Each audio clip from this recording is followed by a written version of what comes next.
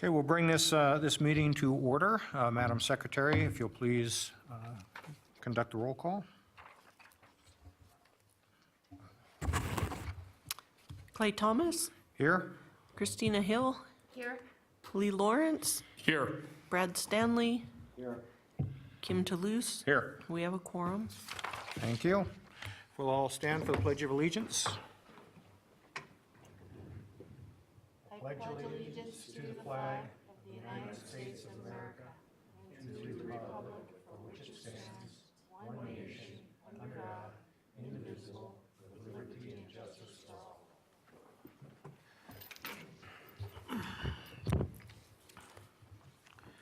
Mr. Edwards, ethics law announcement, please. Board members are reminded that if with respect to any matter or any person coming before the board today, 1, you have received a gift or loan. 2, you have a pecuniary interest. 3, you have a commitment in a private capacity, such as a family, employment, business, or similar relationship. Or 4, you provided representation or counseling before an agency to a person or entity for compensation within the last year on a matter being considered today. You must disclose that gift, loan, interest, commitment, or prior representation at the time the matter is being considered. And you must furthermore abstain from deliberation or voting on the matter if it is clear that the gift, loan, interest, commitment, or prior representation would materially affect the independence of judgment of a reasonable person. Board members are also reminded that under the Board of Adjustment rules, if you have had any contact outside this meeting with any persons interested in a matter coming before the board today, you should disclose the nature of that contact at this meeting. Thank you. Mr. Lloyd, appeal process, please. Most decisions rendered by the Board of Adjustment are appealable to the Board of County Commissioners. If you disagree with the decision of the Board of Adjustment and you want to appeal its action, you may do so in writing within 10 calendar days from the date that the decision being appealed is signed by the Secretary of the Board of Adjustment and mailed to the original applicant in the proceeding being appealed in accordance with Washoe County Code. Please call the planning staff immediately at 328-6100 for information on the appeal procedure and application fee. Thank you. Number 5 on the agenda is general public comment. Any person is invited to speak on any items on and off the agenda during this period. Action may not be taken on any matter raised during the public comment period until the matter is specifically listed on the agenda as an action item. Madam Secretary, do we have anyone wishing to speak at this time? We have no request to speak. Thank you. Next is possible action to approve the agenda. Mr. Edwards, I don't know if this is the time. We have a request to withdraw item 8C from the agenda.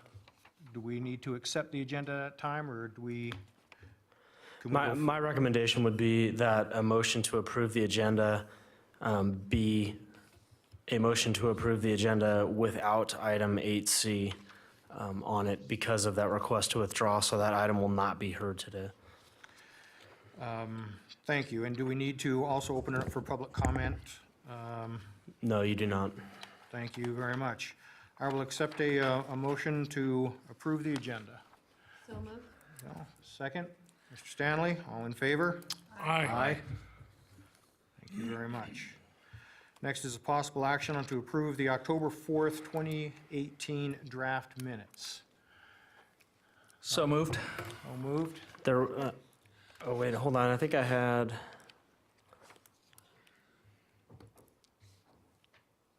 No, I do not. I thought I had a change, but I don't. Thank you. Thank you. We have a motion. We have a second from Ms. Hill. All in favor? Aye. Motion carries. Okay, moving on to item 8, public hearings. The Board of Adjustment may take action to approve with or without conditions, modify and approve with or without conditions, or deny a request. Board of Adjustment may also take action to continue an item on future agenda. First item up is WPVAR 18-0007, the Yout elevator. But before we get started, are there any disclosures from board members? Okay, thank you. Mr. Lloyd.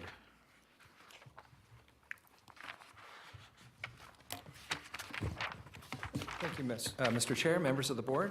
Trevor Lloyd with Planning and Building. This item before you today is a continuation from your October meeting. This is variance case number WPVAR 18-0007 for the Yount elevator. This is for possible action, hearing, and discussion to approve a variance to reduce the side yard setbacks from 5 feet to 2 feet, from 5 feet to 2 inches to allow for the construction of an elevator within a residence along the north side of the property, and the property is located at 400 State Route 28 in Crystal Bay. So you've already had the presentation. I was not prepared or planning to give you a full presentation. However, if you have any questions, I'm certainly willing to answer them at this time. The applicant is here. They have some additional information. If you may remember the October meeting, the applicant was asked to return with additional information to explore possible other options for the elevator, and to bring that back and present it before you. Since the last meeting, the applicant discussed this issue with the neighboring property, who is the U.S. Forest Service. You all have the letter in front of you. Apparently, the Forest Service has removed their opposition at this time. So that concludes my presentation. I do have conditions in the event that you approve this case. I'm available to answer any questions that you have. Yes, Mr. Luce. Trevor, is the only new information that you've received in this case the letter from the Forest Service? I believe that is the only information. I think the applicant has some additional information regarding some slopes and other information involving the elevator itself, and they can present that, but yes. Okay, so staff is still recommending a denial. Is that still the case? That is still the case. Okay, thank you. Any other questions? Mr. Stanley? Thank you. Was there any outreach in addition to, just to further this question, push it a little bit further, was there any outreach from the applicant to planning with any alternatives or any additional information or any other requests for information from planning other than the letter? And it looks like, I don't recall exactly, but did the ADA component get beefed up a little bit? Was there some additions there, or was that always in place as it is now? To the best of my knowledge, I'm not aware. Keep in mind, Roger Pelham is the case planner assigned to this project, and he is not here this afternoon. But I'm not aware of any additional outreach. All right. Thank you very much. Any other questions? Thank you very much. Is the applicant here or representative and wish to speak?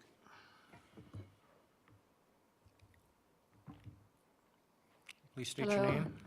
Elise Fett, I'm the representative, and Julie in my office had several conversations with Roger Pelham regarding the information that we were acquiring from the elevator companies and stairlift companies. So I'm sorry that Roger wasn't here.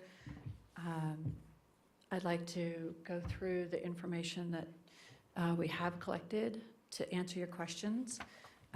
When you last met, you asked that we provide a slope analysis map, work with the U.S. Forest Service to relieve their concerns, obtain written confirmation from TRPA that an elevator addition on the south side would exceed TRPA allowable height, investigate stair lifts as an option, and consider a smaller elevator.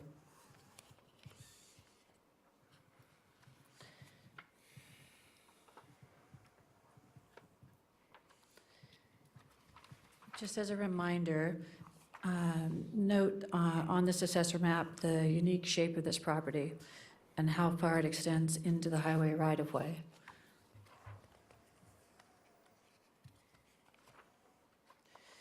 This was done because of liability, we believe. We're not 100% sure, but we believe because of the liability of the amount of structure that's actually in the right-of-way to access the house because of how steep this property is.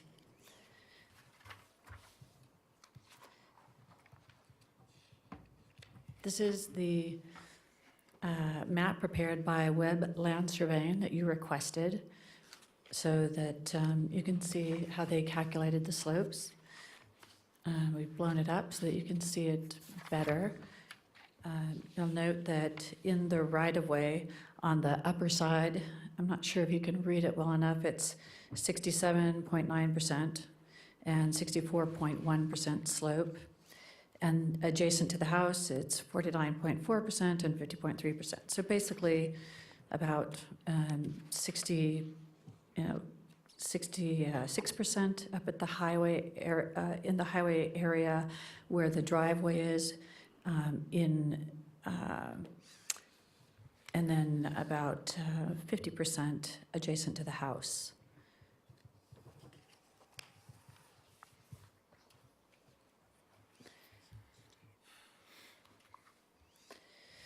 Here is an email from the Forest Service, and basically they say, "Dear Mr. Pelham, the Forest Service has reviewed additional information submitted by Elise Fett and Associates relative to this request. We believe that our concerns have been mitigated by the information and no longer object to the project."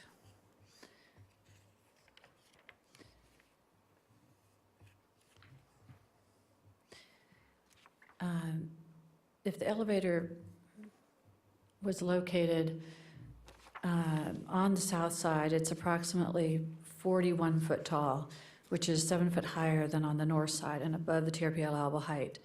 And the email below, this is from Ally in the TRPA planning, and she said, "In reviewing the site plan and elevations provided, the project is eligible to use the stepped height calculation method that applies to exceptionally steep properties. As we had discussed previously, the stepped height calculation will work with the elevator on the north side. However, relocating the elevator to a different location, the south side of the house next to the stairs, would exceed our height limitations with or without the stepped height accommodation, and therefore is not approvable."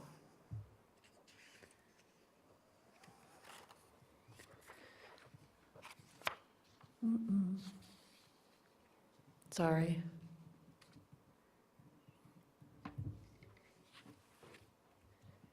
So TRPA is allowing a portion of the house under the driveway to be considered as the first segment, even though it's not seen from the road.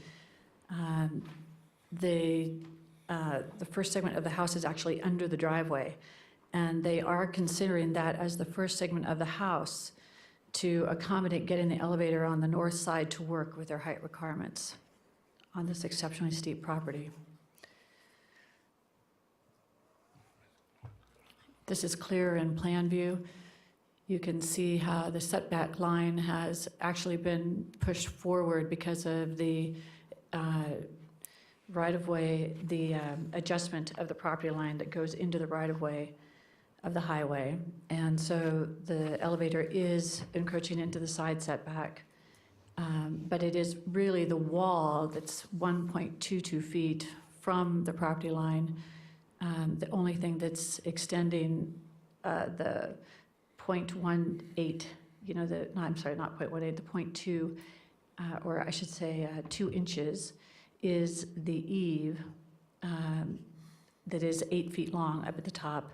And as we mentioned previously, the Forest Service is comfortable with that having a heated gutter and here's a picture of it, a heated gutter up at the top and a downspout that will go down to a dissipation and retention or drainage receptor at the bottom. This is a picture on the left side of the north side of the house where the elevator would go in line with the garage doors at the very top. You can see how that wall is pushed back, and then the house continues in under the driveway, and that will be considered the first segment of the house. The elevator will start at the front wall of the garage and just go down to the ground to that window. So it will, where that window is located, that will be the entrance from the elevator into the house. And we won't be taking out any additional windows on that side of the house. On the south side, which is the right picture, you can see where the stairwell is, and there's a variety of windows on the south side that an elevator would infringe into. And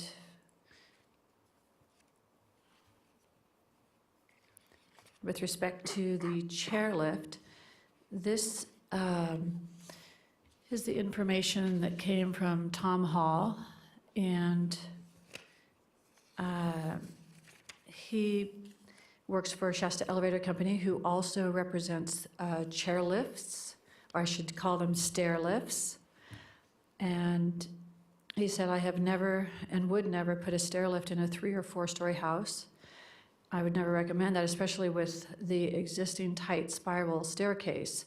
While it is true that stair lifts can be used for curved stairs, they are only recommended for 1 flight of stairs and not intended for spiral stairs. In reviewing the plans, an elevator would be the best option for everyone concerned. In general, I would not recommend anything smaller than 15 square feet. It appears that you need a type 4 elevator. And just for clarification, a type 4 elevator is an elevator that has doors that can be opened at a 90-degree angle. And that's because where we have it placed, we would need to have a different exit for the middle level on the, so we have to have 2 different doors off the elevator. In my opinion, the proposed Savaria Eclipse elevator is the best option for your situation. That is my recommendation as an elevator and stairlift company, if I can be of any further assistance. And the diagram that is on the lower left shows the exact size of the existing spiral staircase, and there's the point at which the tread is less than 6 inches, and it cannot be used per the building code. That from that point going out to where a line of the stair lift rail would have to be put in that stair area, you can see there'd only be 2 feet 4 inches of width left on that stair if one was to be used. But actually, spiral staircases, we were not able to find chairlifts that worked on a spiral staircase like this one.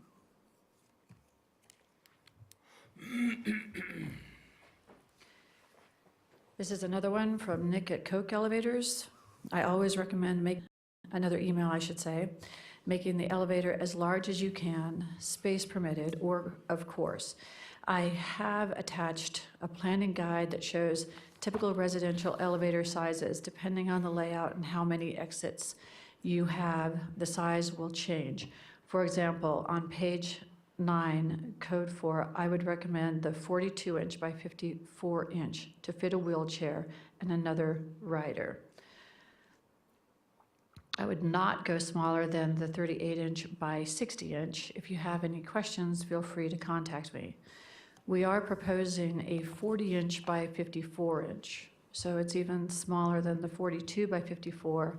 A 38-inch by 60 does not work with the 90-degree exits because the door would be pinched down to 29 inches.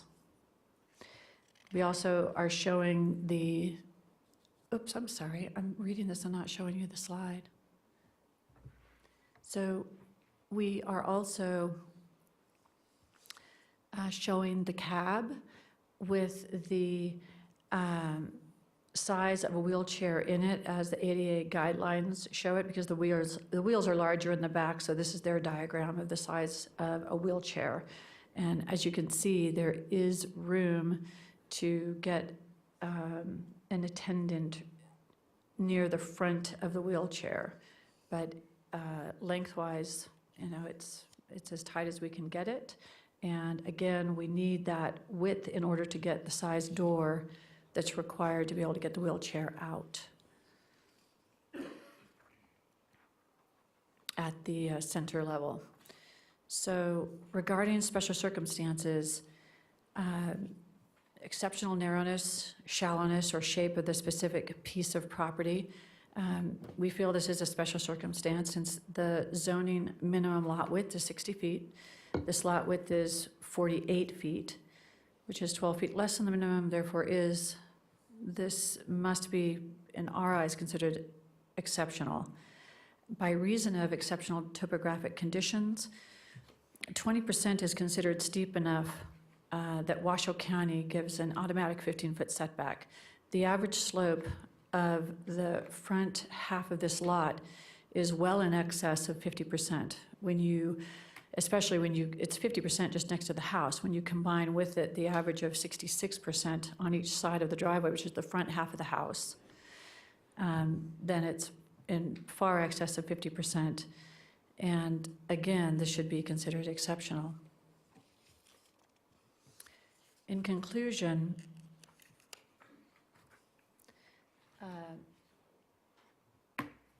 sorry, thank you.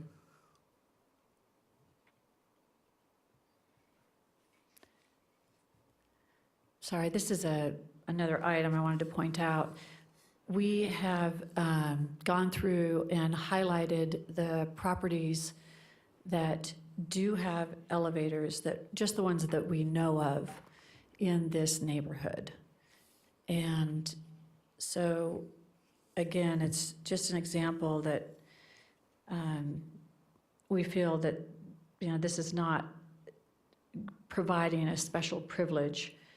And there are 3-foot to 1.5-foot setbacks approved at 515 and 485 Ganawabi. These are shown in variants VA 02-034 and VA 03-012. You can take a look at those if you'd like, but those do have variances with very, very deep excavations, literally 20 feet. And so, again, I don't think that it's requesting a special privilege when we are not digging into the ground more than 4 feet or so to get this elevator in, and that's including the foundation.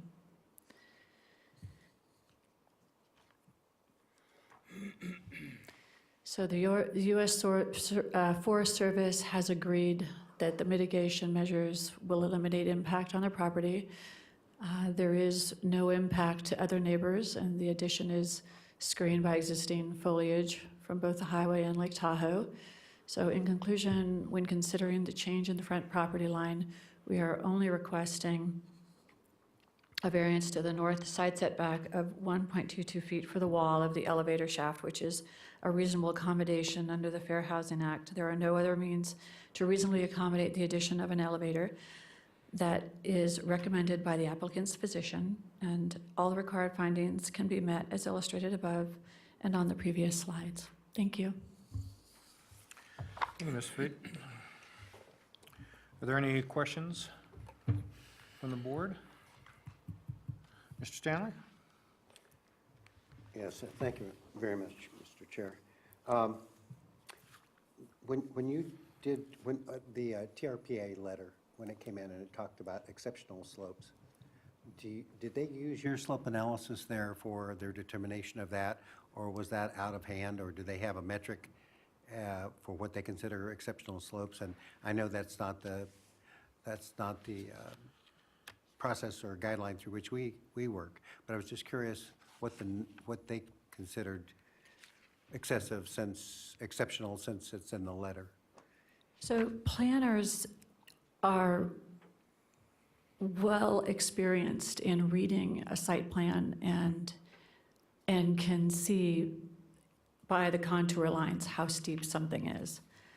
And they don't necessarily even have to calculate it. If there's a drawing that they have that's to scale, it's a particular scale, they know how steep it is. Yes, they did receive the measurement that I had from our previous meeting, which showed, I think it was a 71% is what I calculated, because it was just south of how the surveyor measured his. It was just a little bit further to the lower on the drawing. So they did receive the calculation that I did, which showed the 71% in the front and the 50% on the side of the house. They did not have the surveyor's drawing that I showed just now. All right, good. Go ahead. On the the other properties that had elevators that you showed in the area, do you happen to, do you have any sense of the slopes on those, or any as an example? I Or do. any that might have gotten a variance for slope Those, reasons? yeah, those were 45% to 50%.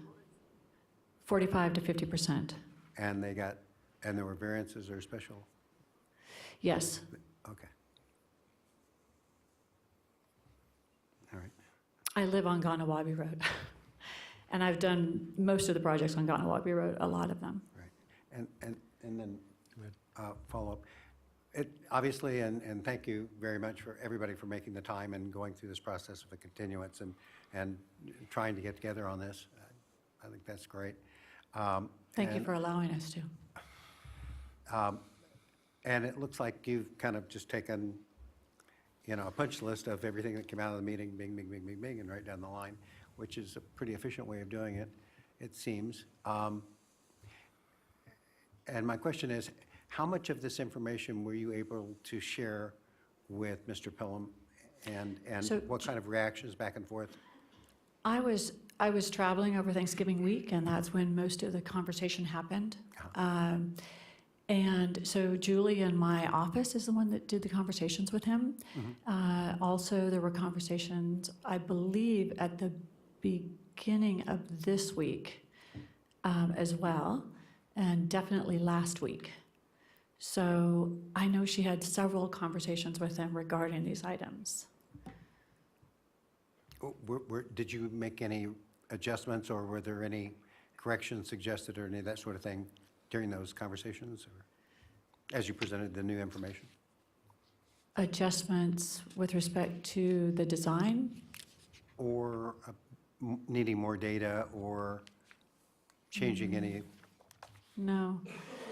His main comment that was made, from my understanding, is even though you've provided all this information, I still cannot consider this a hardship. And because there are steep slopes all over Tahoe. And I guess our point is that they aren't all over Tahoe. There's a good chunk of incline that has flat properties. Yes, there are a lot of steep properties. It still doesn't mean it's not a hardship just because there's a lot of them. So it continues to be all around slope? Yes. Great. Slope and the shape of the property. So it is a very long, narrow property. Mr. Lawrence? Yeah, I just wanted a little more, you'd mentioned the TRPA would not approve the elevator on the other side of the property. Can you explain a little bit what their concern was about that? Sure. Just a little more. I just wanted to hear a little more on that. So this is the stepped height calculation. And so they allowed this, luckily, to come in a couple of years ago. Before this, we had to work with one allowable height. And it forced houses to be very long across the property because on a steep property. And now you can at least step down 3 steps, and you can go up to the maximum allowable height per the table 3 times, except for the front one can only be 28 feet maximum in height. So even though you can't see the front part of the house, if you go back to these pictures here, you can't see the part of the house that they're going to count as the first segment. It is the part that's under the driveway. They're going to count that as the first segment in order to meet the 28-foot allowable height. And then they're going to the second segment. And the second segment can only be, I believe it was, with this, the height, the allowable height varies with the roof slope and the property slope. The property slope is far above. So in the TRPA table, if you go above a 24% slope, it doesn't matter. Anything above a 24% slope, the maximum height is what it is. So we are over double that slope. And the elevator does work within the allowable height in that second section here. When you go to the right picture, you can see that the second section, first there's the stairwell, and then there's the elevator would go on the other side of the stairwell. And by the time, literally, because this is so steep, by the time that that elevator is placed on the other side of that stairwell, you start from the low point of that addition. And from the low point of that addition of that elevator where it hits the grade going up to the maximum height in that segment, it is over the allowable height. So it's over the allowable height of, was it 37 feet you said, or 38, or 24? I can't remember. Yeah, 37 or 38. Right. Right in that area. Okay, thank you. You're welcome. Any other questions? I have one. Dovetailing on to Mr. Lawrence's comment, it appears that from the front of the house to the back of the house, it sits on a slope, on a downward slope. So are you saying that one side of the house, the right side of the house, is steeper than the opposite side? No. What Then I'm saying is that if you look at, I can show you on the slides of the elevations as well. So if you look at where the elevator is starting right on this, the proposed on the north side, it's starting at the front of the garage doors. That's the front of segment 1. I'm sorry, segment 2. It's where segment 1 and segment 2, that's where they change. So segment 1 is the part that's under the driveway. Segment 2 for the allowable height is where the elevator now starts there. So our addition starts, the calculation of this addition starts at the base of the lowest point where the elevator hits the grade. So there we are within allowable height. If you go to this side, then you see where the stairwell is at the start of segment 2, and the elevator then would go adjacent to that, and that's where the red line comes down. And where the red line hits the grade is another 7 feet difference in height. Also, the roof has to be higher to accommodate the stair and the elevator. So by the time you do that, you're above allowable height. Because you have to start your measurement at the low point of your addition for the allowable height. And is that predicated upon the elevator sitting on ground level? Yes. Okay. All right, thank you. You're welcome. Go ahead, Mr. Lawrence. I have one more question. Of course, there has to be a foundation for this elevator, right? It's going to Correct. be dug into the ground. Okay. Correct. Right, correct, okay. How far into the ground will it have to be dug? We have to be 2 feet minimum into the ground. Okay, that's all I wanted to know. Thank you. Any other questions from the board, Ms. Fett? Thank you. You're welcome. Madam Secretary, do we have anyone from the public that wishes to speak on this issue? We have no requests to speak. Okay, that we'll go ahead and close that and bring it back to the board for discussion. Any discussion?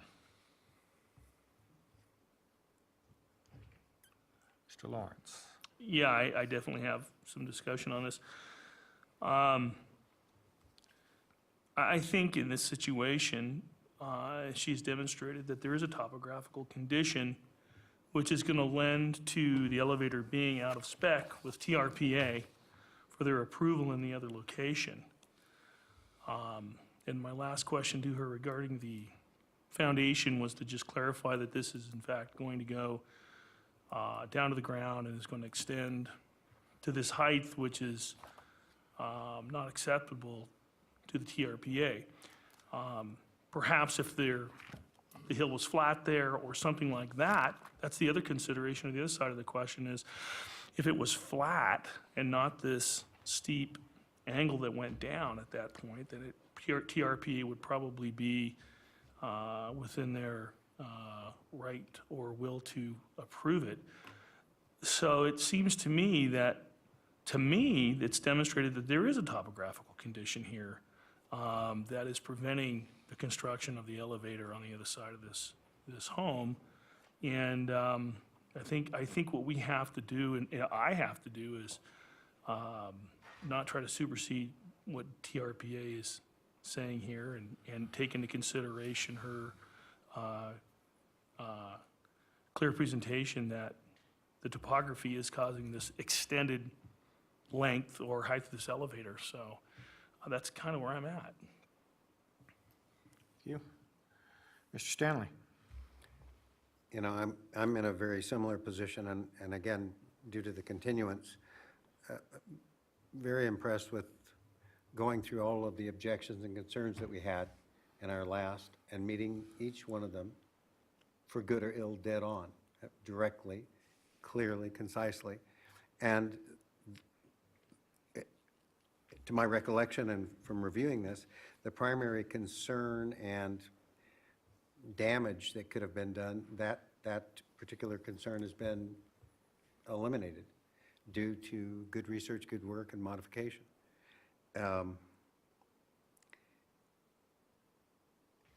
After processing not only the application, but all the last meeting and this meeting, again, and as we all know, it's shape and slope, and I think it's difficult to say that shape isn't odd, with the thing kind of keystoning out into the road for whatever that was all about.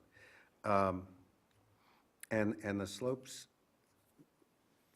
sound, given our history here, pretty exceptional, and that's the phrase that was used, although they're not the governing body here, but the TRPA as well. So it seems like with the additional information, it becomes clearer rather than the other way around, that there is a hardship here, at least in the way I'm thinking about it now. Thank you. Mr. Toulouse? I'm struggling a little bit with the conflict that the county has with TRPA. And I guess that's my big issue here, because on page 9 of 12 in the staff report, the last third to fourth to last paragraph, it basically says the applicant's representative noted at the Citizens Advisory Board meeting that the Tahoe Regional Planning Agency regulations also constrain the design of the elevator. And then it goes further to state, TRPA regulations are applicable to all development within the Tahoe Basin and therefore do not constitute an extraordinary and exceptional situation or condition. So I'm kind of struggling with making the determination that we have with the topographical conditions. I mean, it's one or the other, but if we do decide that we have a topographical condition that creates a special circumstance, then we can't point the finger at TRPA. So if you can make the finding that there is a special topographical circumstance here, that's fine, but we can't relate that to another regulatory agency, in my view. Thank you. I have a question in that regard, and maybe it's a question of process, and it's to your question.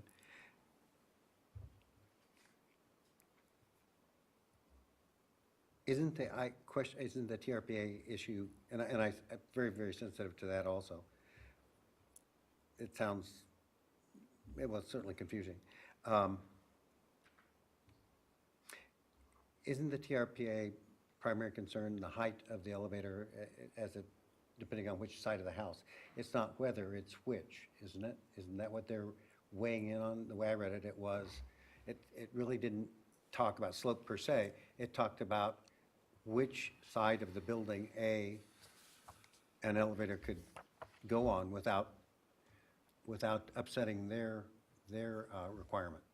So I didn't hear slope there as a determiner of hardship. I just heard it as a choice between left side, right side, or north side, south side.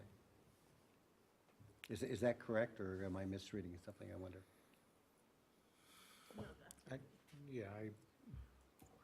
I don't know, is Ms.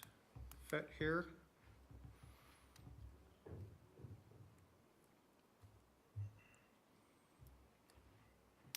I don't have the answer to Mr. Stanley's question, and maybe maybe you can address it. So, as Ally or any other, planner would point out, the allowable height calculation works when the elevator is placed on the north side because of where it hits grade, higher on the slope. It does not work on the south side because the elevator would hit lower on the slope. Does that answer that question? Ms. Hill? And another point is TRPA doesn't allow for variances. It's the code, and that's what it is. And they can't approve anything unless it complies with their code. And in Washoe County, And in our experience, this was really an exception for them to be able to count that first part as a segment, the part that's under the garage that's not even visible from the road. Because it already, the existing house is above allowable height for the stepped, code. So just, Go ahead. if I may, to confirm then, that their letter addressed allowable height versus slope per se. Allowable it's height is based off on of slope. Slope They're- of they're the interlinked. property and the slope of the roof. Thank you. They're related. One quick question. The elevator portion is not going to exceed the actual height of the highest point of that roof, though, is it? Yes, It is going to go no, higher? No, the elevator, are you talking about on the north side? I guess what I'm asking, where I'm a little bit confused, is you already have a house that's built and it's already subject to height restrictions. And yet now you want to put an elevator and you're saying TRPA has a restriction to a height. But if the elevator is not going to exceed the highest point of that house, the apex, why has that become an issue for TRPA? So this has been an issue ever since I've been there for 25 years. There are many, many houses in Tahoe that exceed the current TRPA allowable height. But when you do an addition, you are not allowed to exceed the allowable height. Okay, thank you. You're welcome. Just to reiterate, so if this house was on a flat piece of ground, the elevator could go on either side equally, correct? Correct. Okay, thank you. Okay. Bring it back. Any further discussion? I will entertain a motion.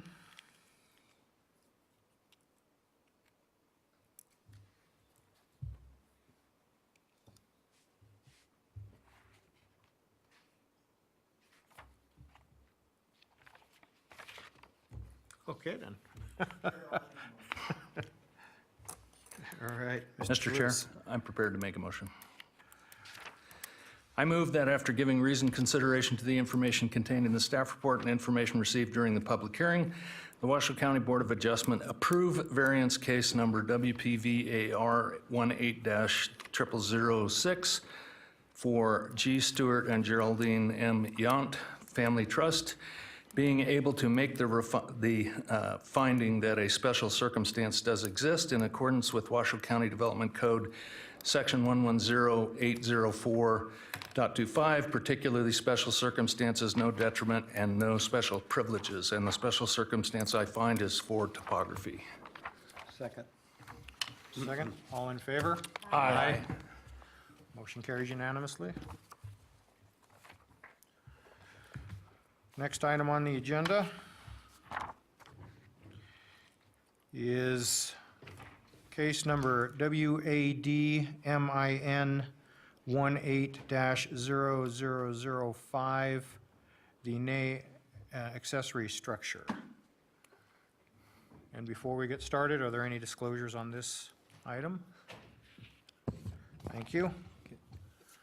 Before, Wood? and if I may, I'll ask our attorney, Nate Edwards, if we can jump back to the last item, or is that not a possibility at this time? Can we reopen that? I wanted to include the conditions of approval as part of the, of your action, if we could. I think you can have the movement just clarify if that was the intent of the motion.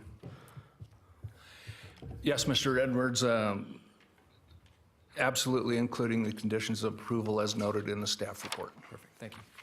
Yeah, and who was the seconder on the motion? Mr. Stanley? Yeah, and did that, would that change anything? Or was that your understanding as well? It was, Yeah. seconded Thank you. as amended. So I think, for the record, I think it's clear that the intent of the motion was for the conditions to be part of it, and nobody was asking for them to be waived or anything like that, so. That, absolutely. Thank you. And do we have anyone from the Planning Commission that's going to speak on this next item? There she is. Thank you. Good afternoon, Julie Olander with Planning and Building. Before you have the case for the Nay Shop.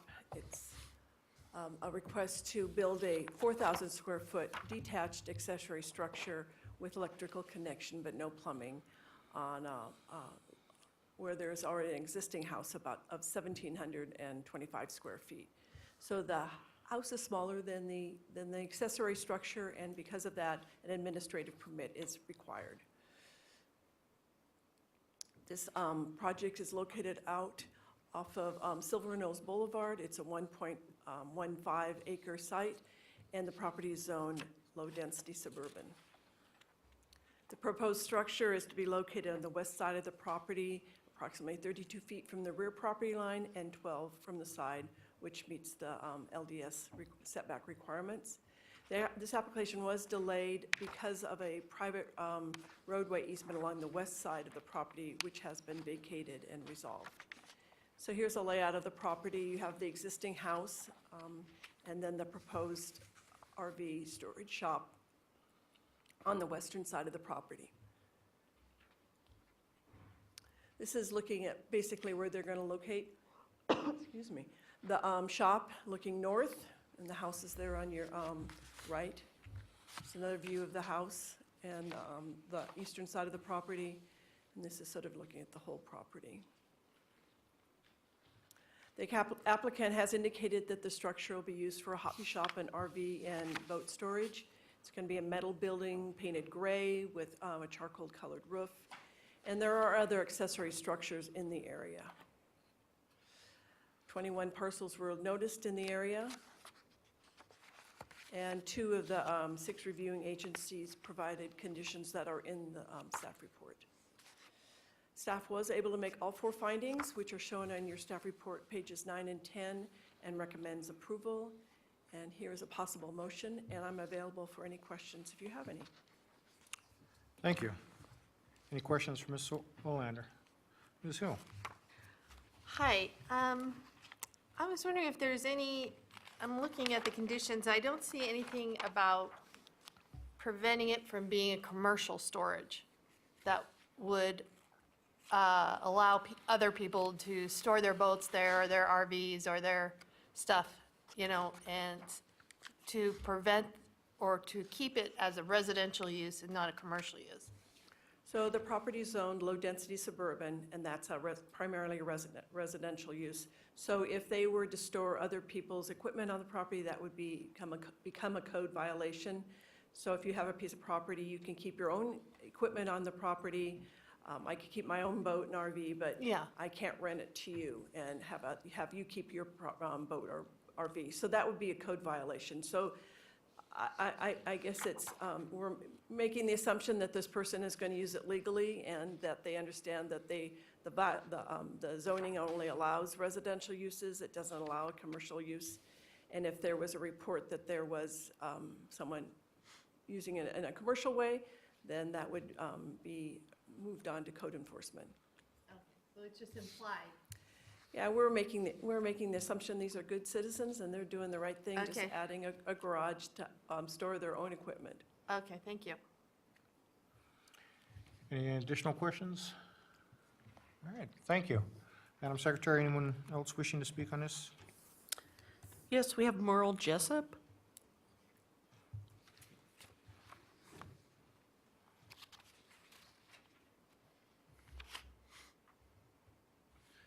Thank you. I'm Merle Jessup. I have the residence 10155 Silver Knolls Boulevard. I guess I don't need this. I have a big mouth anyway. There's one residence between mine and where this gentleman wants to build his structure. And I have absolutely no objection. I have lived out in that area and 39 and a half years now. We've been really infiltrated by Californians that don't like anything. People are having trouble riding motorcycles, having horses, anything out there. It's really become a pain, and I'm planning on leaving in the near future and going out of state. I'm a native Nevadan, and I hate to leave. I love this state. But it's just really become a nuisance out there. You can't hardly mow your lawn without somebody complaining about the noise from your mower. I worked for the county in the air quality division, and I worked with code enforcement a lot while I was there. And I was amazed at the kind of complaints we got and the things we had. And I just wanted to speak on behalf of the project. I see absolutely nothing wrong with it. It's that type of an area. That's why most of us have moved out there. And as I say, I've been there 39 years. And it's really a shame that people have to go through this kind of activity to do something that this man has taken a house that was really run down. The people that were living there had not taken care of it. He had bought that property. He went in, completely remodeled the interior 100%, changing walls, everything. He put new stucco on the outside. It's a pretty home, and I thank him for doing it because he increased the value of my property over what was there. I appreciate you listening to me and having this opportunity. Thank you. Thank you, Mr. Jessup. Any questions for this gentleman? No, thank you. Thank you, sir. Thank you. Madam Secretary, anyone else wishing to speak? There is no further public comment. Thank you. We'll close public comment, bring it back to the board. Any discussion amongst the board members? I will accept the motion. Mr. Lawrence. I move that after given reasoned consideration of the information contained in the staff report and information received during the public hearing, the Board of Adjustment approve administrative permit case number WADMIN 18-005 for Charles and Nicole Nag with the conditions of approval attached as Exhibit A to this matter, having made all four required findings in accordance with Washoe County Code Section 110.808.25, those being for consistency, improvement, site suitability, and issuance not detrimental. Second. Second. Mr. Toulouse, second. All in favor? Aye. Motion passes unanimously.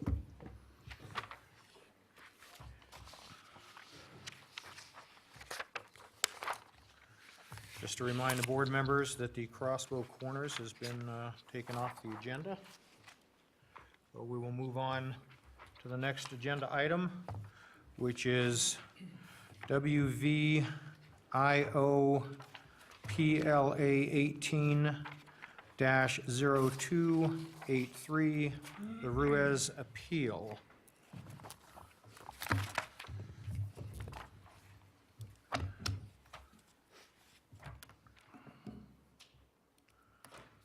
Mr. Guy-Singing, all yours.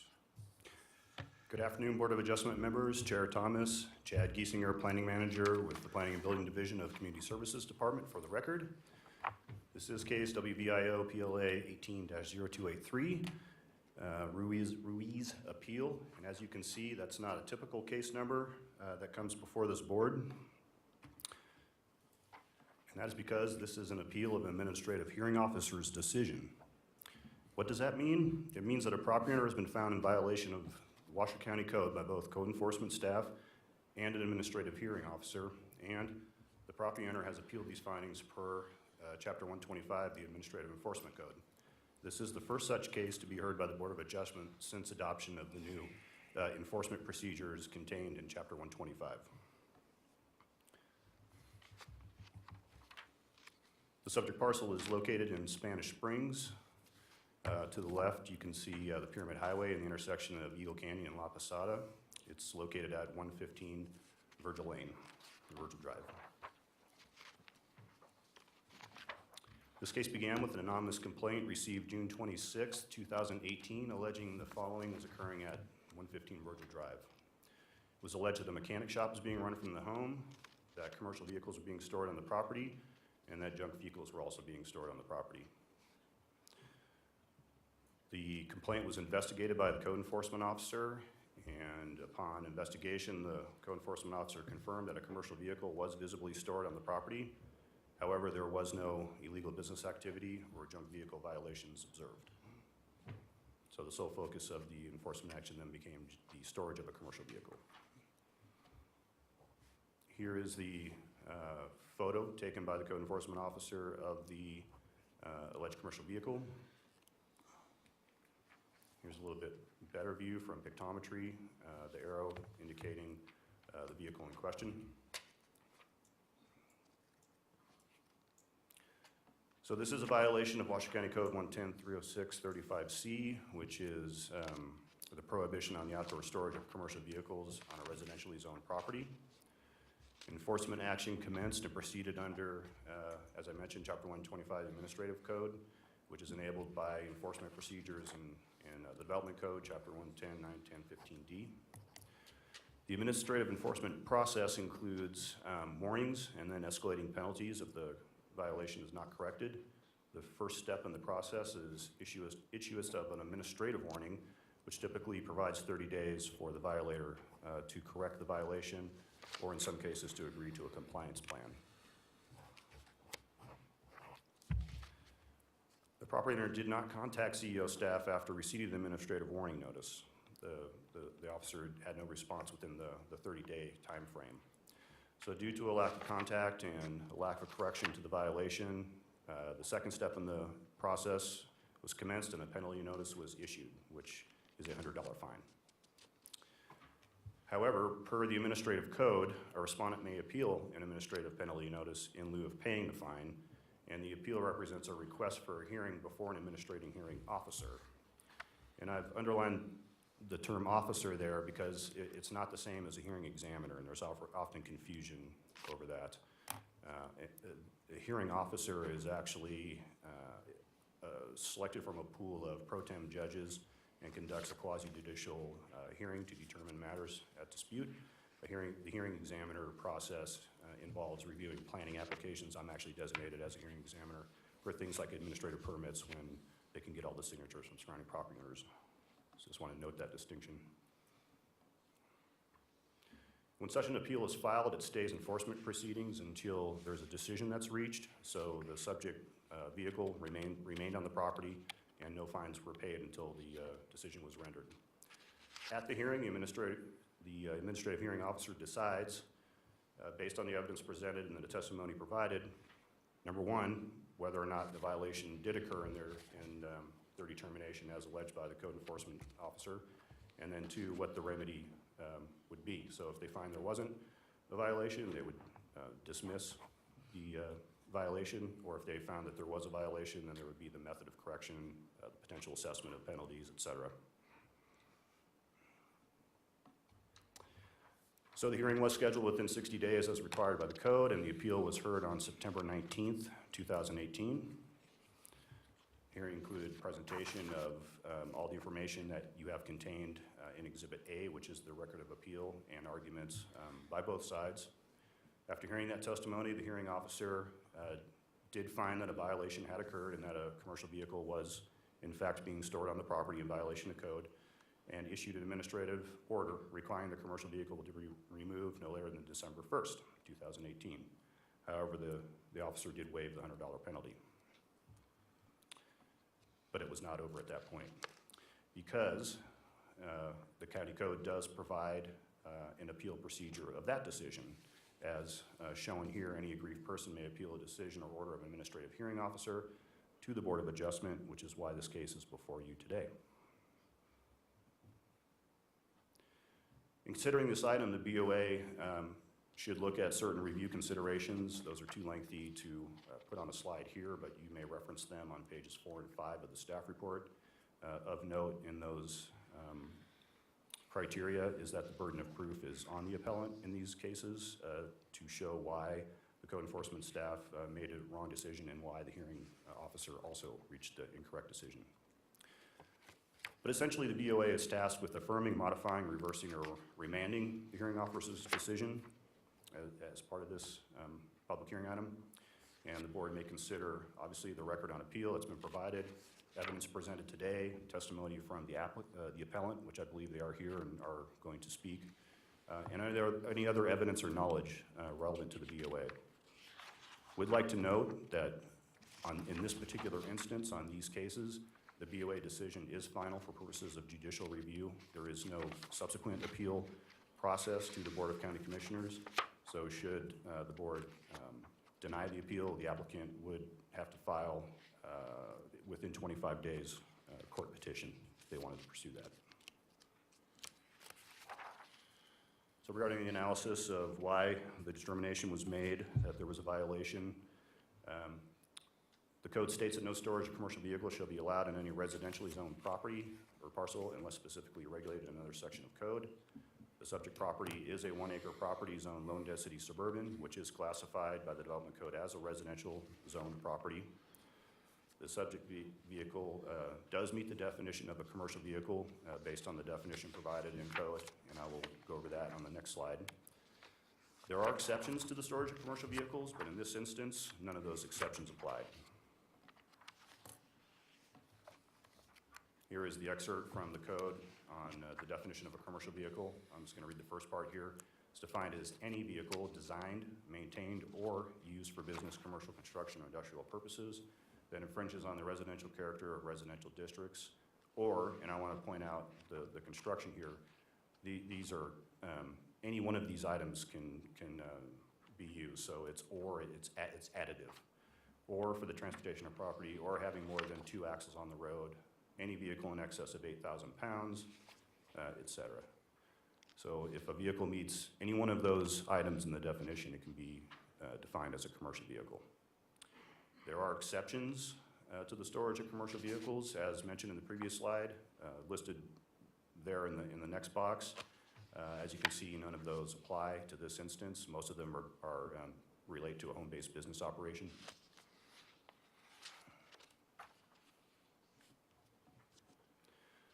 So the subject vehicle actually meets the definition in 3 different ways.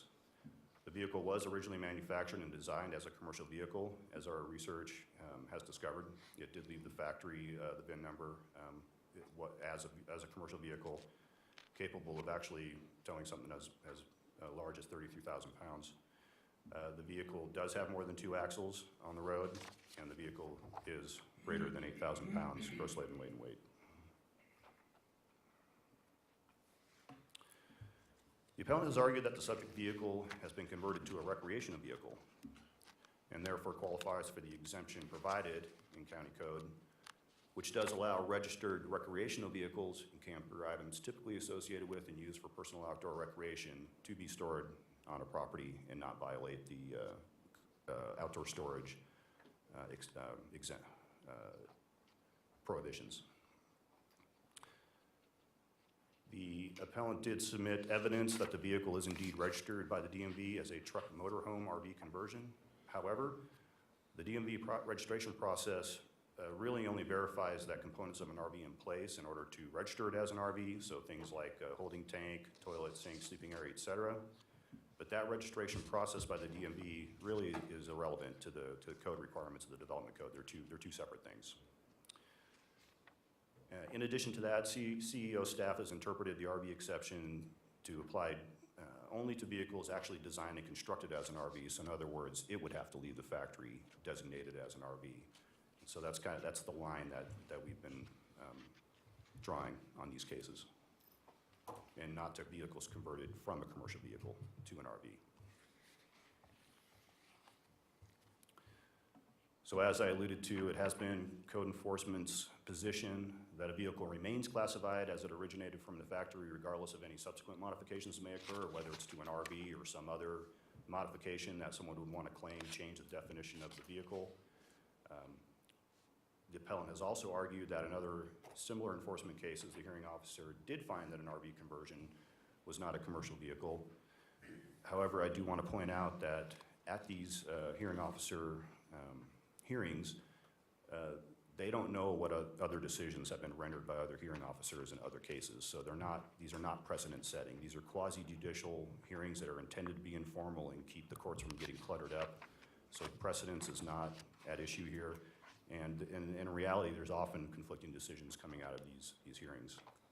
In any event, staff didn't agree with that other decision and believes it wasn't based on a valid interpretation of the code, which I've just explained.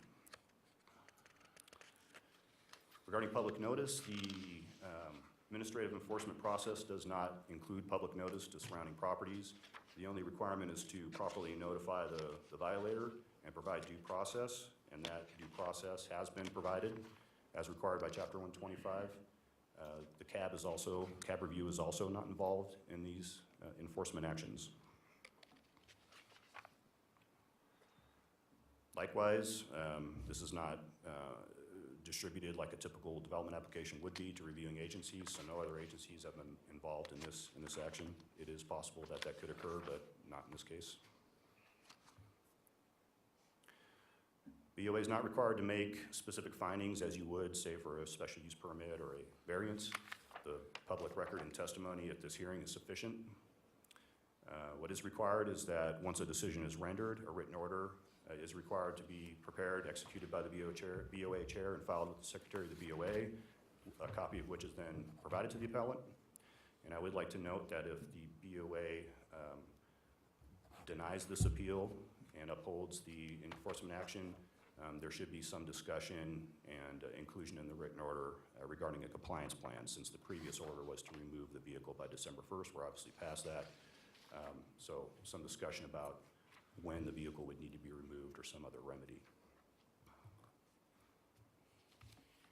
With that, I'll provide a possible motion for you, and I'm available to answer any questions you may have. Thank you. Yes, Mr. Toulouse. Thank you, Mr. Chair. Chad, could you go back to the slide that defines the interpretation by code enforcement of what a commercial vehicle is? This one? No, I think go forward one. No, let's see. It's No, on page 11 of 13? yeah, In the staff report? Yeah. yes, that's the one. Okay, so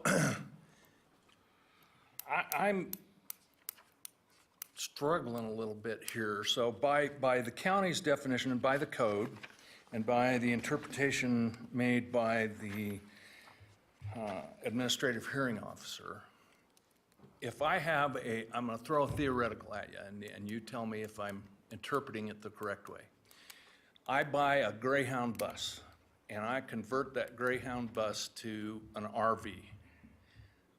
According to the interpretation that I see here, it's still a commercial vehicle. No matter what it's registered as, titled as, doesn't matter. It was originally manufactured as a commercial vehicle. Even though I've converted it to an RV, it's still classified as a commercial vehicle. Am I getting the gist of what's here? Yes. The short answer is yes. In addition, it would likely trigger potentially the other two items there. It could potentially have more than 2 axles and definitely could potentially weigh more than 8,000 pounds, gross unladen weight. Okay, so could this be a case of unintended consequence of a code that was put into place in answer to a problem that we didn't really look at the unintended consequences? Because I got to tell you, to me, it's a motorhome. And it's, you know, I do have a couple questions for Mr. Ruiz when it's his turn, but from what I see right now, it's a motorhome. And so I'm struggling. You got to convince me a little bit here. It is a bit of a gray area. Again, the burden of proof is on the appellant in these cases. Okay. But I do take your point. We have had considerable discussion about this, but in the end, there does need to be a line somewhere. And I'm sorry, Mr. Bob Webb. Okay, thank For the you. record, Bob Webb, Planning Manager, just because I can do this one more time. And I think through the chair to Mr. Toulouse, the key that I wanted to focus on is it's not an interpretation by staff. What you're reading up there is code. So what code enforcement staff does is enforce county codes equitably and fairly across the board. And we enforce county code. And when county code is clear like this, we look at a vehicle and measure it against the 5 criteria that are in the commercial vehicle definition. In this case, 3 of which apply to this vehicle. So nowhere in there, and if you look at the full definition, if we back up, yeah, that one, you'll notice it doesn't talk about registration at all in the full definition of the code. It merely says, look at that vehicle amongst that criteria. If you meet 1 or more of those criteria, you're defined as a commercial vehicle. That vehicle is not allowed to be stored in residentially zoned property. So I just wanted to clear, it's not an interpretation. Code enforcement staff is not interpreting that. Code enforcement staff is using this definition, does that vehicle meet the criteria?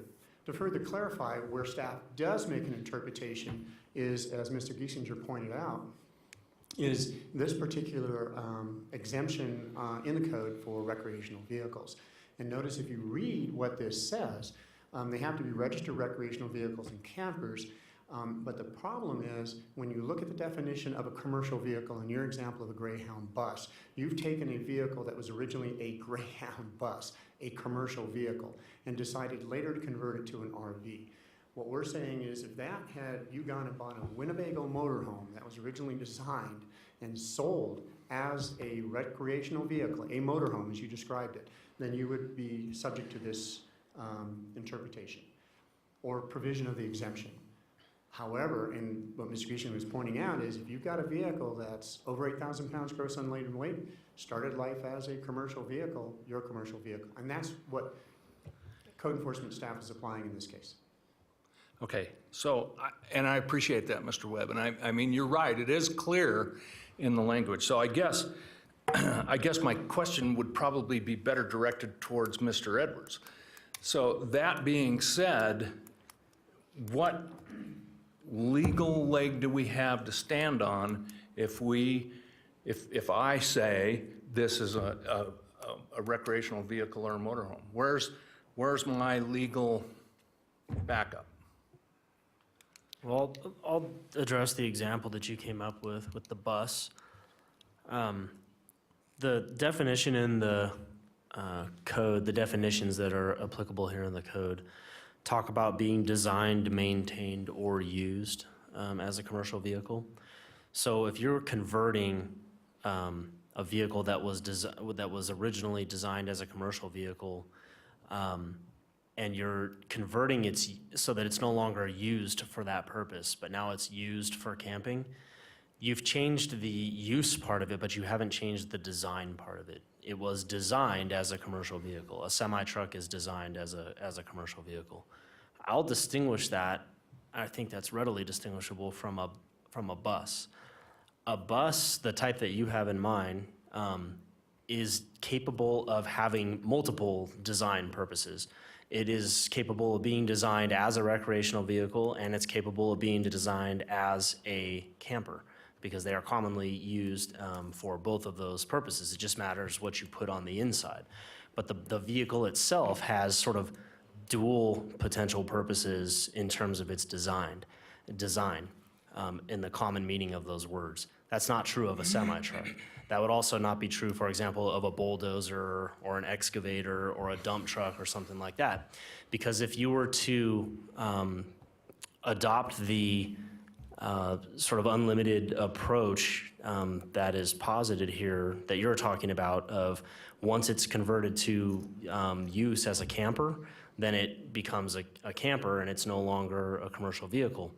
Take a dump truck or an excavator, if you made some additions on the interior of those, put some bunks in and maybe a little kitchenette or something like that, somehow, I'm just out there, then you would get around this idea that you're storing a commercial vehicle on the property, when clearly that's what those vehicles are. Those are commercial. The form of those vehicles is commercial in nature. So that's the distinction that I think is most important here. The bus in your hypothetical could be for both. Additionally, if you look at the second example we had up there, which is not that one, but the next one, it talks about There you go, right there. Went too far. That one? No, that one right there.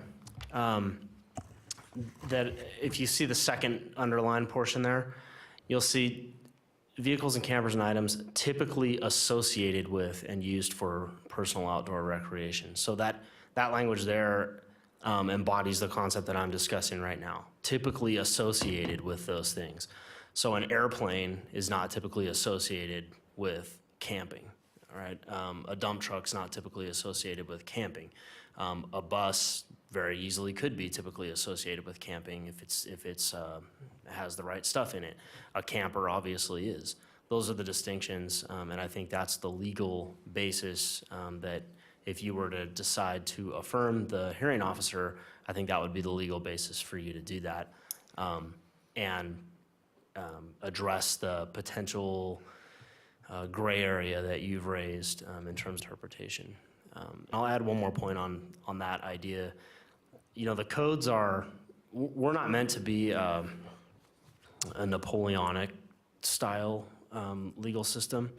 We are based primarily on an English common law system in the United States. The bar exam, for example, covers sort of the common law of England is really what it's based on. And so it's roughly the same in all of the states with a couple of exceptions. One of those exceptions is Louisiana, which was bought from the French, and they have the Napoleonic code-based system in Louisiana, but it's the only state in the country that's like that. And the different theory in a state like that is that you try to codify every single thing that you could conceive of to deal with different situations. And then you minimize the need to sort of analyze gaps or conceptual gaps or the need for case law. The English common law system is the opposite of that. So the premise of that system is that you codify, you know, sort of the basics and the fundamentals, but then you leave interpretation and application to boards like you or to the courts. And so that's what we have here in Nevada. We have that system. We don't have the Louisiana, the French Napoleonic system. And I guess the upshot of all of that is that there will always be a little bit of potential gray area in the application of law to different facts because they always change. We as lawyers find out commonly that the day we think we have it figured out is the day that somebody will find a way to bring in something that doesn't fit the way anybody has ever analyzed it or looked at it before. And the trick in those situations, I think, generally is not to throw your hands up and say, well, we're at an impasse because the code doesn't address it. I think the trick in those situations is to say, or look at the code and figure out what the intent of the code provision is and apply it. You base that on the language, and then you apply that intent to the facts that you have in front of you. And that's the way that it's done in an English common law format legal system like ours here in Nevada and like in the rest of the country, except for in Louisiana. So that is, I think, useful not only for this item, I think that's useful in general to have that in mind as you try to apply code provisions to particular facts, because the real world is messy and things don't always fit the box you want to put them in. And so you have to do the best you can to glean the intent from the language and then apply that intent to the facts of the case. Thank you. Mr. Edwards, one other question. If we make, depending on which way we go with this and a decision is made, does that set a precedent? No, you're not a board that sets in a context like this. As the way that works is the Second Judicial District Court is the state court that Washoe County is in. It's comprised of something like 12 different departments. And each one of those departments is led by a different elected judge, all of whom have the same level of power within our judicial system.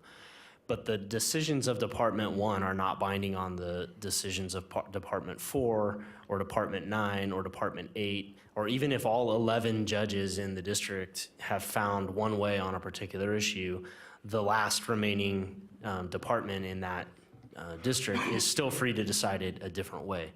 You would be bound by the published decisions of higher authorities, like the Nevada Court of Appeals or the Nevada Supreme Court that are published. Those are precedential decisions. And that's based on a number of legal factors, none of which apply here. So that's the answer to your question. Thank you. Any other questions? Mr. Lawrence? Yeah, I've got a couple questions. And Nate, I know you know a lot more about this than I do, but there's the intent and also the spirit of the law. The spirit I understand. The spirit of this law, or regulation, or code, however you want to title it, is designed to keep people in residential areas from bringing in construction vehicles, cement trucks, whatever they might have for a business. Within that same meaning, it does not interfere with people with recreational vehicles. This vehicle was redesigned, from what I can preen out of this. It was redesigned to a recreational vehicle and hence licensed and registered with DMV as a recreational vehicle. And for the life of me, I can't see why the county wants to make its own interpretation beyond the spirit and in essence, in a sense, in conflict, if you will, with DMV. And I know TRP and DMV, we have nothing to do with those regulatory bodies and that sort of stuff. But it just seems surprising to me that this is something that the county, once they understood how the vehicle was registered and it was done legally, meaning it has the brakes and has the turn signals and the lights and all that sort of stuff, redesigned for camping and RVing, that they wouldn't have just said, okay, we've got enough information on this, this meets the criteria as a non-commercial vehicle, and had been done with it, okay? So that's, Mr. Webb, can you give me a little more on that? Because having the regulatory background I have, I just want to know why the county's reaching so much farther in this. There's been not a precedent set, because we don't set precedents with these things, but a hearing officer in the past had found differently than this hearing officer that there wasn't a violation. And I'm also worried because I have clients with Greyhound buses, and I'm wondering if the county is now, I have one client, going to start making an issue with these vehicles, and what the county is going to do in each one of these matters. Is this something that is going to require more regulation and more inspection, or if you could just address those questions? Many questions. Through the chair to Mr. Lawrence. First, I'll say, and terminology I think is important, as I talked about with Mr. Toulouse. Interpretation of the code. Staff is not, let me get this back, is not interpreting that code. We're following the code. And I think, for me, terminology is important in your discussions. You talked about redesigning. They did not redesign the vehicle. They converted the vehicle. And if you listen to what Mr. Edwards said, that's really where he started. What was the vehicle designed for initially? There was a secondary conversion. I can speak to the other case that Mr. Gishinger alluded to with the hearing officer. And when we deal in the world of code enforcement officers enforce code. They don't set policy. This board doesn't set policy. The Board of County Commissioners are the ones who set the policies. And in that other case, what had happened was there was actually a semi-trailer that had been converted to a recreational vehicle. And although, and again, we had pictures that you could see the top of the semi-trailer, the hearing officer in that case said, oh, well, he said it was converted, so it's obviously an RV. When you're looking at a semi-trailer, if that was sitting out in front of you, and if you didn't know what it was, it's a semi-trailer. And all that the code enforcement officer did in that case was looked at this specific definition and said, does that semi-trailer meet this definition of a commercial vehicle? Yes, it does. And the hearing officer said, without any proof of any pictures of what the vehicle looked like other than one picture at the top of it, obviously an RV, case dismissed. We're not going to appeal that as code enforcement because that's a decision of a hearing officer in this case, just like with the Board of Adjustment. I can tell you on an offline that we have a list of prioritizations of code amendments. clarification of this particular section to include the exemption with RV is on that list. Our Assistant County Manager will decide where that rests in the prioritization of development code amendments. So, yes, staff understands that there might be a interpretation confusion. But in the end, and what we stress to not only this board, but also to the hearing officer that heard this case, is remember, Chapter 125 is very clear. Was there a violation of the code? And actually, the second part is, was there due process provided? In other words, was the responsible party in this case provided a warning and sufficient time to correct before the notice was issued? Those are the only two matters that can be considered in front of you pursuant to Chapter 125. And I think the board still has to decide those two matters based on the code and what's been shown to you after listening to the appellant, because that's equally important. The burden of proof rests on the appellant before you all. It, to me, boils down to those two issues. Is there a violation of the code? And was the appellant, or the responsible party, not the appellant, was the responsible party provided due process, sufficient notice, time to correct, and appeal process? Did that help? Yeah, it does, and I have no doubt the due process was absolutely done here. I'm sure of that. It's just here again, I'm still struggling with the interpretation, and I don't know that we will be able to agree on that. I think that your commercial vehicle is not clearly defined here, and I don't think the county clearly has direction on how it's going to handle issues like, say, with this Greyhound bus issue that Mr. Toulouse brought up. But I do understand the county's working towards that from what you just said in the development of the codes. And I don't know if this is something that's premature without this being clearly defined. I understand Mr. Edwards' point of view of the English law and that we do like to interpret things, but I don't know if this meets my definition of a commercial vehicle at this time. And the other thing regarding my second question was, is this something that the county is going to consider in its new codes, that it's going to start regulating or fining people or asking them to remove their $800,000 Greyhound bus conversion? Is that something that the county wants to get involved in? Can't speak to that. Okay, Again, fair enough. policy decision by the county commissioners who will make the ultimate decision. Any code amendment's a public process when you get to the end. And I'll just stress one more time for the board is to follow definition. Again, it's multi-part. All parts can either be individual or in conjunction, because the conjunction is or. So examine the vehicle, determine whether or not it meets one or more of the criteria. And from code's perspective, if it meets one or more of the criteria, as code enforcement staff, we say, you're a commercial vehicle, and we're going to classify you as such. And I would just add one thing, that the buses we're talking about are also triple axle, 8,000 pounds. They're also of a chassis that might have been built in the 60s or 70s or 50s or whatever. So that's where I'm a bit tenuous in my judgment here as to where, and I understand I'm a Board of Adjustment member. I'm not a county commissioner. I'm not in your position, Bob. No, nor am I going to run for it either.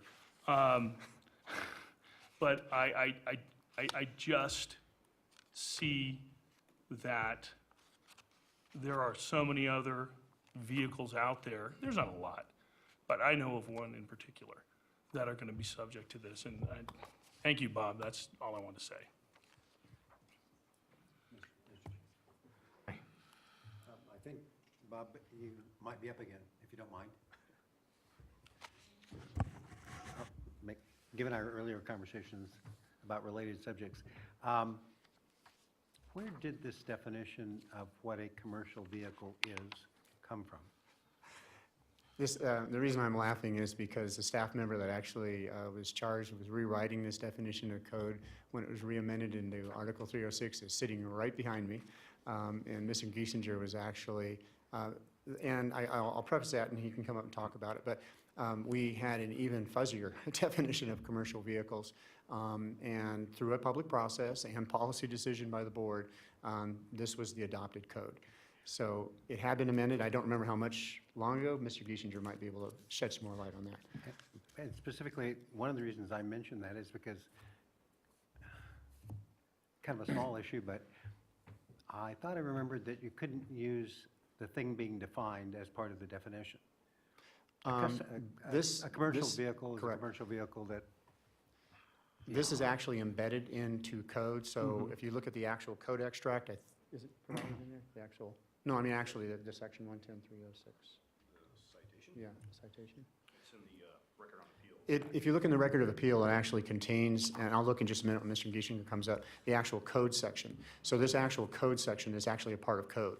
It says, no commercial vehicles allowed to be stored in residential property. Right underneath that, it says, oh, by the way, a commercial vehicle is defined as this. So yes, you can use the definition because it's actually referred to in that section of code that prohibits the storage on a residential property. And when Mr. Giesinger comes up, I'll take a look at the tab. I'm good on you, so I was just curious about that particular piece. And a kind of an off-the-wall one, but the exceptions that we're talking about, the ones that have already been mentioned, they're a lot more prevalent. But on a fairly recent trip down to Death Valley, there was a German military vehicle that came over the hill, and it was I think they pronounced Moog, M-O-O-G, maybe 8 wheels. I don't know how many axles, but several. And it was converted to a sightseeing vehicle and an RV and so forth, great big container on the back. How would something like that fit into this kind of code? 2 examples. We actually have a case that we're currently ongoing where an individual purchased a military Duesenhaus. For those of you that know about that, that's what that is, and said, it's mine, purchased, it's registered, right? The best that we can do is look at the definition of a commercial code, determine whether or not, commercial vehicle, I'm sorry, whether or not that vehicle meets the definition of a commercial vehicle. In the case of a Duesenhaus, it does. It was never designed for personal use. It was designed for military use, in this case, applications for moving things. And even if you discount that, it still has more than 2 axles on the ground, and it's more than 8,000 pounds gross unladen weight. So in that case, that particular Duesenhaus meets 2 of these criteria, classified as a commercial vehicle, can't store it on the property. Another interesting aspect of that, not that we're dealing with a case, one of our, actually our most recently hired code enforcement officer, worked for DMV doing other things. People have purchased military surplus Humvees and tried to convert them, and you cannot get those road legal in the United States anyway, at least in Nevada, principally because they're not designed and they don't have the safety features that are required for vehicles to drive on highways. You can't get them registered by the United States. So if you purchase a vehicle like that, you're going to run through a whole bunch of chains, but in the end, if that moved into the county and we got a complaint, we only operate on complaints, code enforcement staff would look at this definition and determine if the vehicle meets one or more of these criteria. If it does and is not clearing an exemption, then we would apply that, code enforcement staff would apply that code, defined as a commercial vehicle, residentially zoned, not allowed to be stored. So conversion is the key there as well, no matter, and the last question, is this intended, is this definition, maybe I'm asking you to speculate here, but I think it was mentioned before that as RVs become more and more sophisticated, they'll have more and more axles, more and more gross weight, more and more fill in the blank. Is this definition intended to be a living definition? I believe, again, based on the exemption that I pointed out and that Mr. Giesinger pointed out here, if that RV manufactured by Winnebago, because I don't know a lot of RV manufacturing companies, but I know that one, and if it left the factory as a motorhome with 400 axles weighing 62,000 pounds, but it left the factory as a recreational vehicle designed, and that's what Mr. Edwards talked about, then it would fit this exemption. But if it were converted and met those others, it would not. If it was converted from something else, then we're back to that conversion versus design, which Mr. Edwards referred to. Does it meet the definition of commercial vehicle, until the codes change? Thank you very much.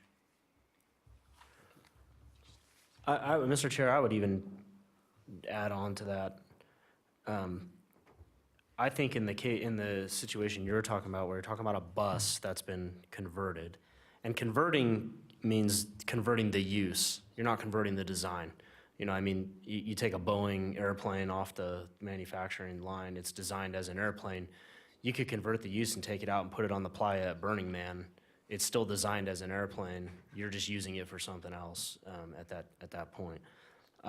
So I would say, legally speaking, reading that, you don't want to conflate use and design. Use and design are different categories. If it's designed for something, that's one question. If it's used for something, that's another question.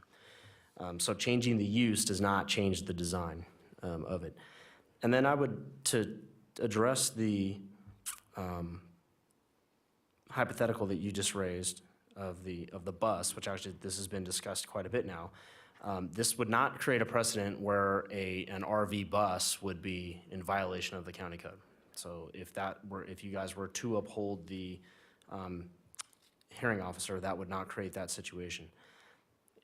To determine whether or not it fits the exception, you look at whether it is a registered recreational vehicle, camper, or item typically associated with and used for personal outdoor recreation. So that's the question. So again, is an excavator typically used for outdoor recreation and RV purposes? No. Even though somebody could, someone with a lot of mechanical aptitude and things like that could, put some stuff on there that would allow them to camp in that thing, maybe in a really cool way, actually, but turn it into an RV. And then the ultimate policy question I think that these provisions encompass is that you're not allowed to have those things. You just aren't allowed to store them at your house in a neighborhood. That's the intent of the provision. So if it is something that looks like a duck and quacks like a duck, then does it fit that definition? That's what the hearing officer in this case determined, and that's what the appeal is challenging. But those are the kind of questions that you're dealing with in this appeal. Mr. Thomas and Mr. Edwards, if I might, Mr. Edwards raised a key point that just dawned. Storage is critical because in the same section of code, by the way, that's tab 6 for the supporting material, storage of the vehicle. Storage is defined in the same section, hours or more.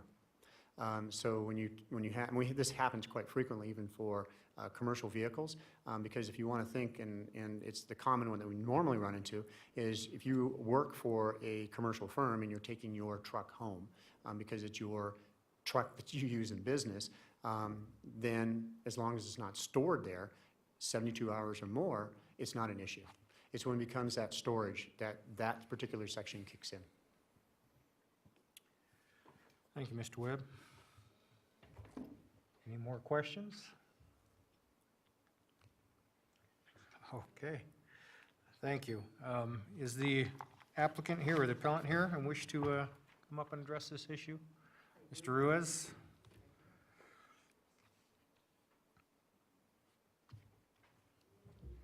Thank you very much for taking the time to listen to my appeal. And I don't want to reiterate a bunch of things. You've got a lot in front of you. But the fact that this conversion was originally a semi-conversion is very common for about the last 30 years, professionally done. Now, when the company that does the conversions, they will take what is considered a commercial vehicle and convert it to a motorhome, and it's registered as a motorhome. When I went to DMV to ask them what the considerations on my vehicle was to be a motorhome, they simply stated, well, it can't have a fifth wheel to where you can pull a semi-trailer, number one, and then it has to have all the amenities inside. And it can't be used commercially. Well, my hobby, for years has been racing. And my wife and I started a Racing for Kids project back in the 70s.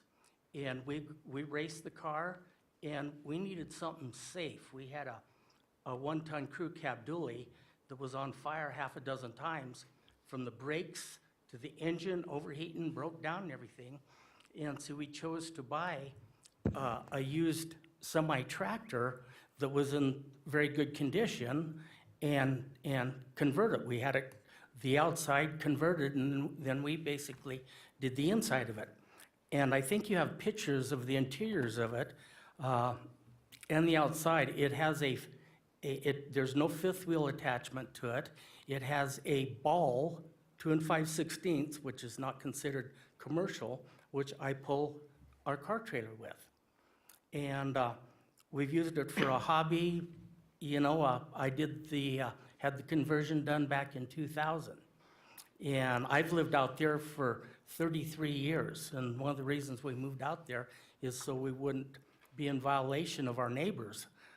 We lived in town and we had a smaller vehicle and we moved out there just for that particular reason. Looking at the codes, and they can be interpreted two different ways. You know, as these gentlemen said, I have a 1-ton dually crew cab that's over 8,000 pounds that I bought in 1978. So that would, and the definition says any one of those things. It says or. So does that mean my truck is in violation because it's over 8,000 pounds? My pickup, I have to move that? Or over here where it says, register recreational vehicles and campers and items typically associated with and used for personal outdoor recreation, which is what we do. We don't do anything commercially with the vehicle.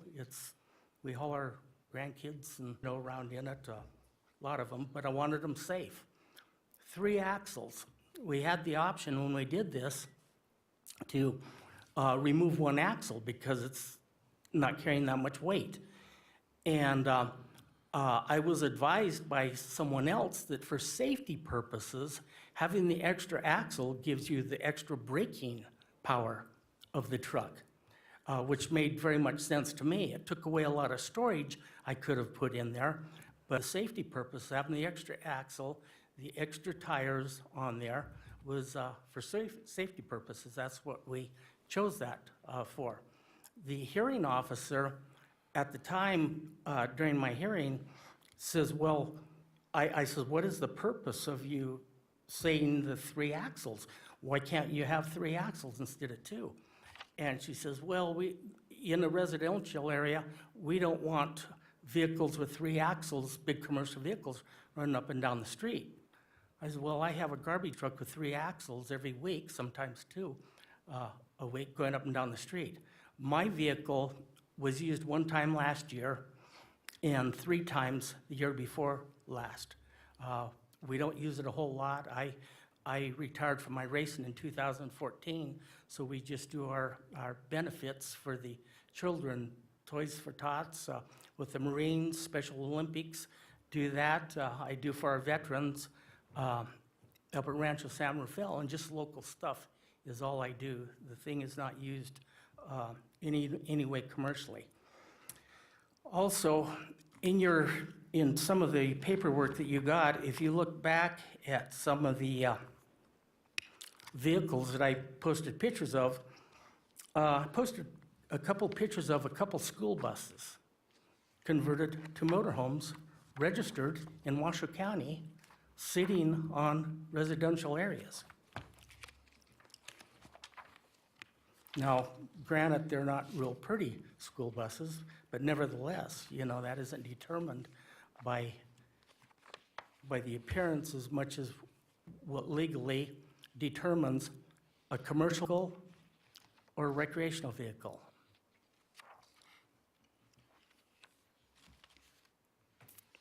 Did you guys find those? Yeah.